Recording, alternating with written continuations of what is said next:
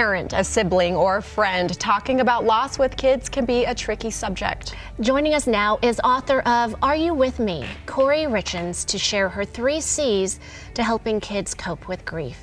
And Kouri, I want to start with your story. What happened in your personal life? So my husband passed away unexpectedly last year. So it's March 4th was a 1-year anniversary for us, and he was 39. It completely took us all by shock.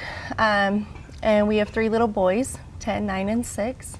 And you know, my kids and I kind of wrote this book on the different emotions and grieving processes that we've experienced last year, and you know, hoping that it can kind of help other kids, you know, deal with this and kind of, you know, find happiness some way or another. And to make sense and process, I'm sure, and I'm sure you felt that going through and trying to explain it and articulate it for you and your boys. Yes, exactly.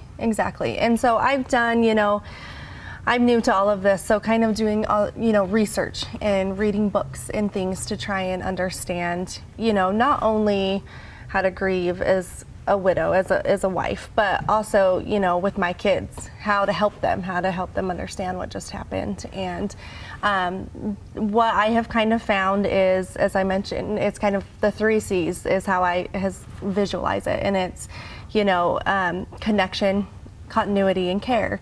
And it's, you know, making sure connection is the major one, and making sure that their spirit is always alive in your home, you know, and memories are always brought up, and doing things that your loved ones love to do, whether it's riding bikes or their favorite dinner, and just constantly, you know, talking about them. And Kouri, do you mention at dinner, here's Dad, or Dad would like this meal, or Dad would, let's bring Dad on a bike ride? Yeah, exactly. And it's, you know, explaining to my kid, just because he's not present here with us physically, that doesn't mean his presence isn't here with us, and he's doing these things with us, and he's, you know, here for birthdays, and he's here for Christmas, and, you know, and it's just comforting to them to know that, you know, they're not living this life alone. Like, Dad is still here, it's just in a different way, a different version. Well, I opened up your book, and one of the first pages I saw is a little boy. It looks like he's standing in a hallway at school, and he's saying, "Are you still here?" Yes, yeah, and it's, you know, and that was like the first day of school,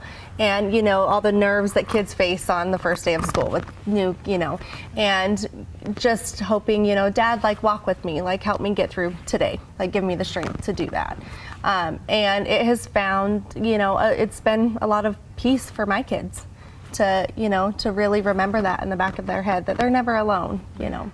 So you actually wrote this book with your children. I did. And it's only been a year. How did you process and say go from processing death to I need to write a book and help others? You know, I just watched the struggle that my kids were going through, and I actually, you know, I went on Amazon and Barnes & Noble and trying to find something that we could use to cope at nights. Nights are the hardest, it seems like, for everybody when, you know, dealing with anything, but I just wanted some story to read to my kids at night, and I just could not find anything. I couldn't find anything that really, you know, suited them or helped them find comfort and peace, and so, you know, I was like, let's just write one. And so, you know, I took things that my kids have said to me this last year, and we kind of articulated it and put it into a story, and, you know, just have hopes that it will help other kids. Grief is not linear, and this sounds like it's a touchstone when you need it to come back to for you and your boys. So the first one you had mentioned was connection, of the 3 C's, keeping the person's spirit alive. The second, continuity. Yes, and that's, you know, just making sure you're trying to stay, you know, as much as you can on routine, and, you know, whether that's, you know, sports or pick up and drop off from school, or community activities, just, you know, trying to stay in a routine as much as possible.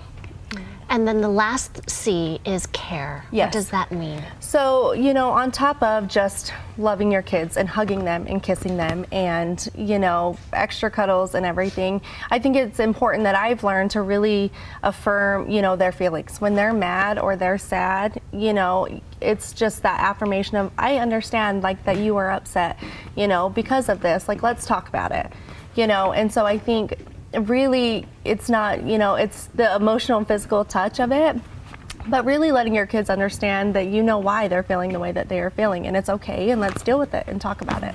There's a promotion right now. Get a free copy of the book April 30th and May 1st through Amazon Kindle. You are an amazing woman and mom, and we thank you for being vulnerable and sharing this and touching the lives of others. Thank you. I really appreciate being here. So, Thank you, Kouri. guys. Thank you.